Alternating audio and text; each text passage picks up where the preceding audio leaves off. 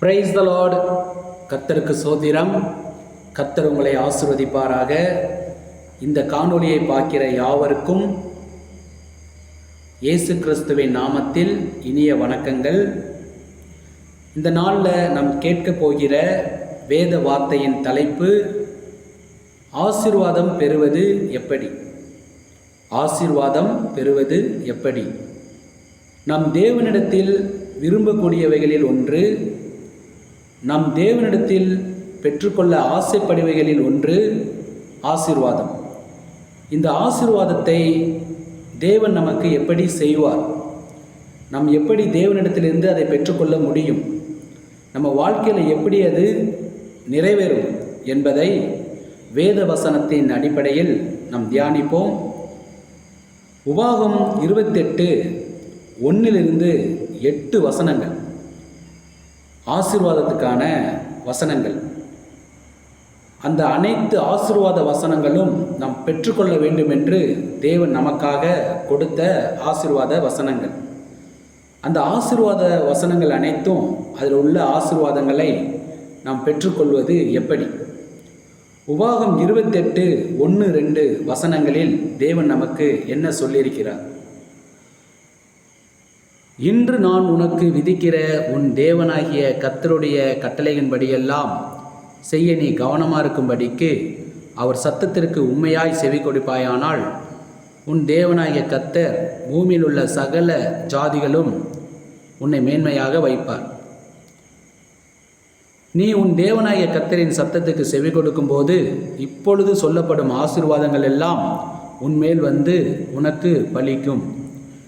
உபாகம் 28:1-2 தேவன் நமக்கு சொல்லியிருக்க வார்த்தை என்னவென்றால், நம் ஆசீர்வாதங்களை பெற்றுக்கொள்ள அவருடைய கட்டளைகளையும் வேத வார்த்தையிலிருந்து, வேத வசனத்திலிருந்து நம்மோடு பேசுகிற அந்த சத்தத்திற்கு உண்மையாய் செவி கொடுத்து கீழ்ப்படிந்து அதை கை கொண்டு செய்யும்போது நமக்கு உபாகம் 28:3-8 வசனம் வரை சொல்லப்பட்டிருக்கிற அனைத்து ஆசீர்வாதமான வசனங்களும், அதில் உள்ள ஆசீர்வாதங்கள் அனைத்தும் நமக்கு பூரணமாய் நிறைவேறும். ஆண்டவர் இப்படி தான் இந்த ஆசீர்வாதத்தை பெற்றுக்கொள்ள வழிமுறைகளை வைத்திருக்கிறார். அவருடைய 10 கட்டளைகளை கை கொண்டு நடக்க வேண்டும்.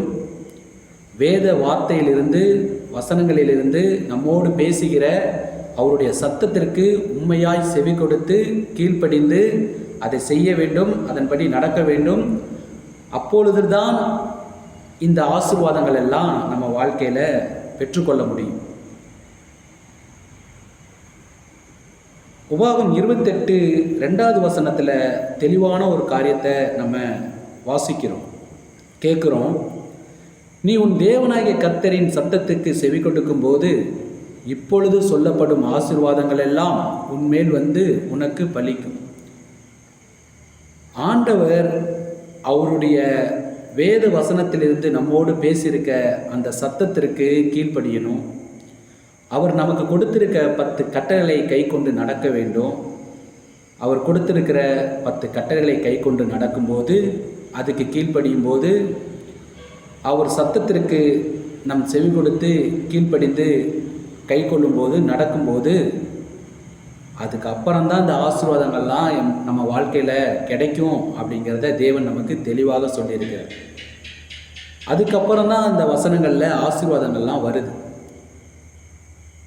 அவருடைய கட்டளைகளையும் அவருடைய சத்தத்திற்கும் அந்த வார்த்தைகளுக்கும் கீழ்ப்படிந்து கை கொண்டு நடக்கும்போது இப்பொழுது சொல்லப்படும் ஆசீர்வாதங்கள் எல்லாம் உனக்கு கிடைக்கும் அப்படிங்கிற வார்த்தையை ஆண்டவர் நமக்கு சொல்லியிருக்கிறார். அதுக்கப்புறம் தான் அந்த வசனங்களை, ஆசீர்வாத வசனங்களை நம்ம பார்க்க முடியும். நீ பட்டணத்திலும் ஆசீர்வதிக்கப்பட்டிருப்பாய், வெளியிலும் ஆசீர்வதிக்கப்பட்டிருப்பாய். உன் கற்பத்தின் கனியும் உன் நிலத்தின் கனியும் உன் மாடுகளின் பெருக்கமும் உன் ஆடுகளின் மந்தைகளும் ஆகிய உன் மிருக ஜீவன்களின் பலனும் ஆசீர்வதிக்கப்பட்டிருக்கும். உன் கூடையும் வாய்ப்பு செய்கிற உன் தொட்டியும் ஆசீர்வதிக்கப்பட்டிருக்கும். நீ வருகையிலும் ஆசீர்வதிக்கப்பட்டிருப்பாய், நீ போகையிலும் ஆசீர்வதிக்கப்பட்டிருப்பாய். உனக்கு விரோதமாய் எழும்பும் உன் சத்துருக்களை கர்த்தர் உனக்கு முன்பாக முறியடிக்கும்படி ஒப்பு கொடுப்பார். ஒரு வழியாய் உனக்கு எதிராக புறப்பட்டு வருவார்கள், 7 வழியாய் உனக்கு முன்பாக ஓடி போவார்கள். கர்த்தர் உன் களஞ்சியங்களிலும் நீ கையிடும் எல்லா வேலைகளிலும் உனக்கு ஆசீர்வாதம் கட்டளையிடுவார். உன் தேவனாகிய கர்த்தர் உனக்கு கொடுக்கும் தேசத்திலே உன்னை ஆசீர்வதிப்பார். இப்படியாப்பட்ட அனைத்து ஆசீர்வாத வசனங்களும் அதில் உள்ள ஆசீர்வாதங்களும் நமக்கு நிறைவேற மேலே உள்ள வசனங்களில் சொல்லப்பட்டிருக்கிற தேவனுடைய அந்த வார்த்தையை நாம் கை கொண்டு நடக்க வேண்டும். ஒன்று, நமக்கு தேவன் கொடுத்திருக்கிற 10 கட்டளைகளை கை கொண்டு கீழ்ப்படிந்து அதை செய்ய வேண்டும், அதன்படி நடக்க வேண்டும்.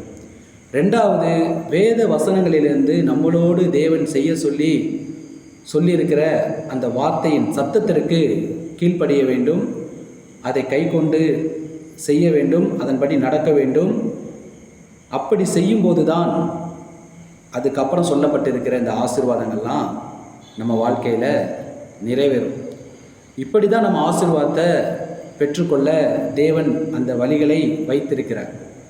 மற்றபடி என்னை தேவன் அப்படி ஆசீர்வதித்திடுவார், இப்படி எனக்கு ஆசீர்வாதம் வந்துடும், இதனால் ஆசீர்வாதம் வந்துடும், அதனால் ஆசீர்வாதம் வந்து நம்மளை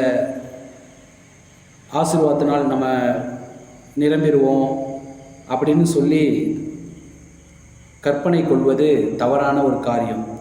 அப்படி ஒரு கனவு காண்பது தவறான ஒரு காரியம். அப்படி நடக்கவும் செய்யாது. ஸோ வேறு எந்த விதத்திலும் நம்ம ஆசீர்வாதத்தை பெற்றுக்கொள்ளவும் முடியாது. ஆசீர்வாதத்தை நம் ஆண்டவரிடத்திலிருந்து பெற்றுக்கொள்ள ஒரே வழி, அவருடைய 10 கட்டளைகளை கை கொண்டு நடக்க வேண்டும்.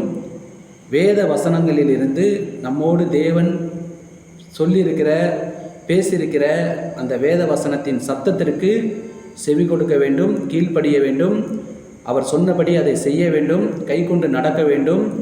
இப்படி செய்யும்போது தான் இதில் உள்ள அந்த பூரண அனைத்து ஆசீர்வாத வசனங்களில் உள்ள அனைத்து ஆசீர்வாதமும் நம்ம வாழ்க்கையில் 100% என்ன பண்ணும், நிறைவேறும், கிடைக்கும், நாம் பெற்றுக்கொள்ள முடியும். அதை யாரும் தடை பண்ண முடியாது. இவ்விதத்தில் தான் நம்ம ஆசீர்வாதத்தை பெற்றுக்கொள்ள முடியும். வேறு எந்த விதத்திலும் நமக்கு ஆசீர்வாதம் பெற்றுக்கொள்ள முடியாது. ஸோ தேவன் இப்படி தான் ஆசீர்வாதத்தை பெற்றுக்கொள்ள வேத வசனத்தின் அடிப்படையில் நமக்கு ஒரு வழிகளை வைத்திருக்கிறார்.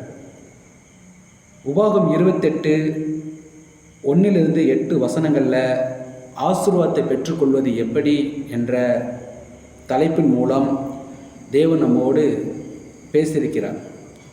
அவருடைய கட்டளைகளையும் அவருடைய வேத வார்த்தையிலிருந்து பேசியிருக்கிற அவருடைய வசனத்தின் சத்தத்திற்கும் உண்மையாய் செவி கொடுத்து கீழ்ப்படிந்து அதை செய்யும்போது, அதன்படி நடக்கும்போது, அதுக்கப்புறம் சொல்லப்பட்டிருக்கிற 3-8 வசனங்களில் உள்ள அனைத்து ஆசீர்வாத வசனங்களில் இருக்கும் அனைத்து ஆசீர்வாதங்களும் பூரணமாய் 100% நம்ம வாழ்க்கையில் அதை தேவன் கொடுப்பார், செய்வார், நிறைவேற்றுவார். அது நமக்கு பூர்ணமாய் கிடைக்கும். இப்படி தான் நம்ம ஆசீர்வாதத்தை பெற்றுக்கொள்ள முடியும். கர்த்தர் நம்மோடு ஆசீர்வாதத்தை பெறுவது எப்படி என்ற தலைப்பில் தேவன் நம்மோடு பேசின வார்த்தைக்காக தேவனுக்கு நன்றி. கர்த்தர் உங்களை ஆசீர்வதிப்பார். ஆமேன். Praise the Lord.